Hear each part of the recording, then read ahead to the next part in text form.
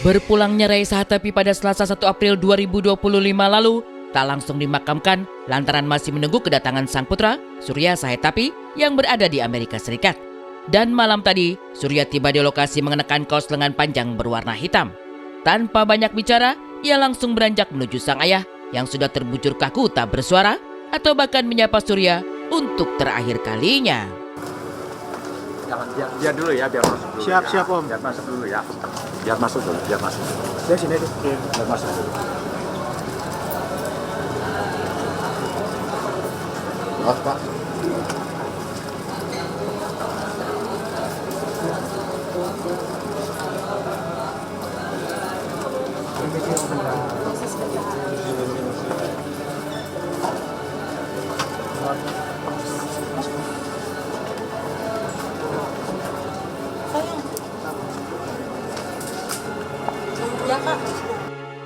Tidak ada lagi yang bisa dilakukan Surya saat menyadari kalau sang ayah tak lagi bisa diajaknya bertukar pikiran.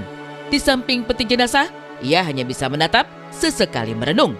Entah apa yang dipikirkan, namun kehilangan orang terbaik dalam hidup jelas membuat Surya terpukul. Ya.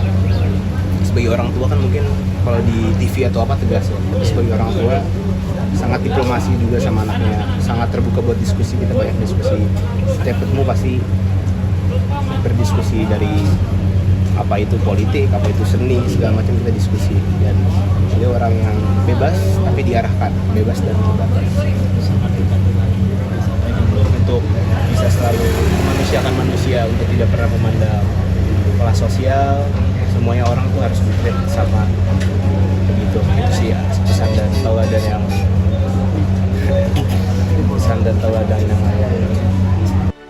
Dengan hadirnya Surya Sahetapy, rencana pemakaman yang awalnya dijadwalkan pada Jumat 4 April akan terjadi. Menurut Raya, penundaan pemakaman lantaran menunggu kehadiran Surya sudah didiskusikan terlebih dahulu dengan keluarga dan tentu saja pemangku agama. Akan dimakamkan di Tanah Kusir, sebelumnya jenazah disolatkan di Masjid Istiqlal terlebih dahulu. Sebenarnya almarhum pinginnya, kurang lebih wasiatnya itu pingin dikuburkan di makam keluarga di Palu, di Sibowi namanya.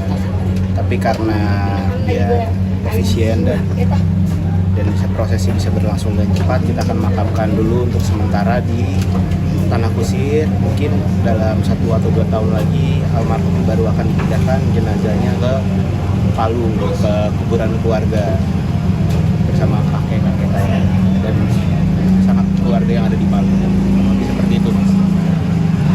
Ibu masih kemungkinan besar akan langsung datang ke pemakaman. Beliau kan lagi di luar kota sekarang. Ibu lagi di luar kota, saat sampai ke Jakarta mungkin akan langsung ke pemakaman langsung. Sebagai seorang aktor senior, kerabat serta rekan-rekannya dalam dunia hiburan tentu tidak sedikit. Beberapa di antaranya hadir di rumah duka, sekedar memberikan penghormatan terakhir sekaligus menghibur keluarga yang ditinggalkan. Berbagai kenangan ketika kerja bersama hingga sosoknya yang cukup tegas pun terungkap saat ditemui awak media. Beberapa bulan lalu kami dengan teman-teman berjenguk rumahnya di Kelapa Gading. Saya juga nggak tahu masuk rumah sakit.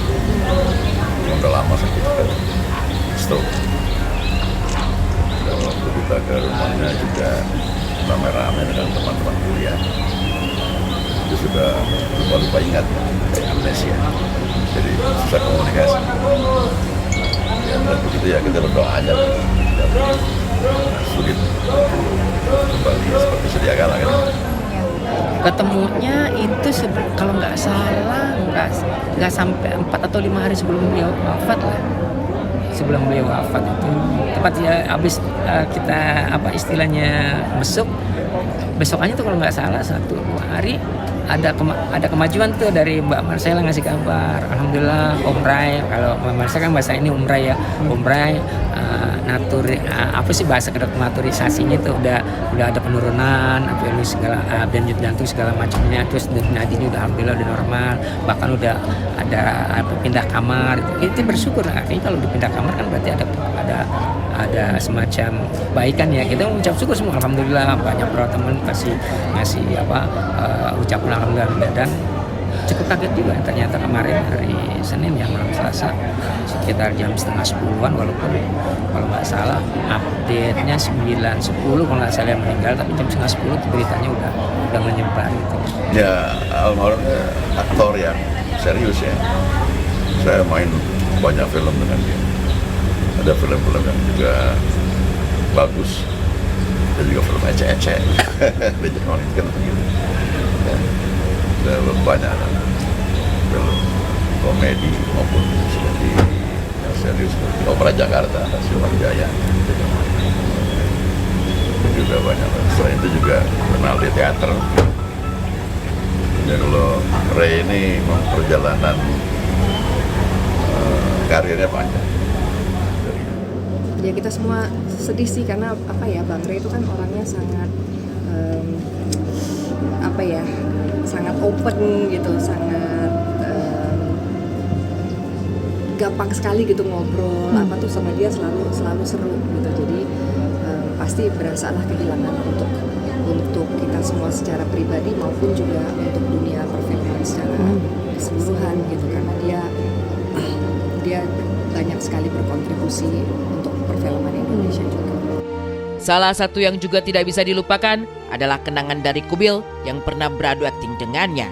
Sebagai orang baru di kala itu, Kubil mengaku dirinya sering diceramahi oleh almarhum karena gaya beraktingnya. Keras, tegas, tapi berfaedah.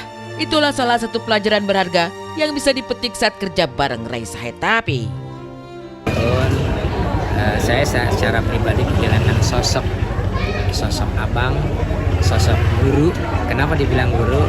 Saya tahun menjelang 90-an, 80 sekian lah ya, pernah bermukim berteater bersama beliau.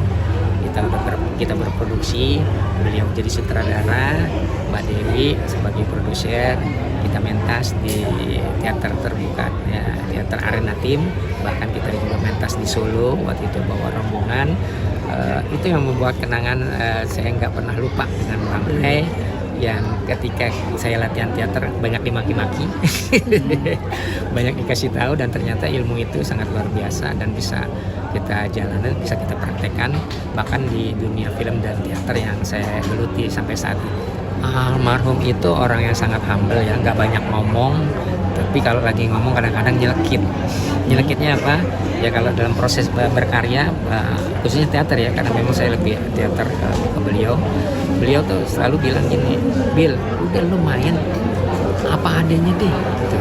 Lu gak usah acting, lu selama ini latihan berapa bulan nih, gue liat lu acting belum main buat diri lu sendiri, belum tokoh lu sendiri. Maksud abang, lu cari deh tuh tokoh itu, lu renungin itu gitu. Besok lu latihan ketemu gue lagi, sebelum latihan kita ngobrol. Jadi banyak diskusi sih sebenarnya dalam proses berkarya khususnya teater ya, ketika saya secara pribadi nyemplung di dunia teater bersama Bang Ray. Itu yang membuat sampai saat ini masih terngiang ya, masih menjadi menjadi kenangan yang sangat luar biasa. Ilmu yang nggak ada harganya deh, buat dalam pengertian nggak ada susah kalau dihargain gitu.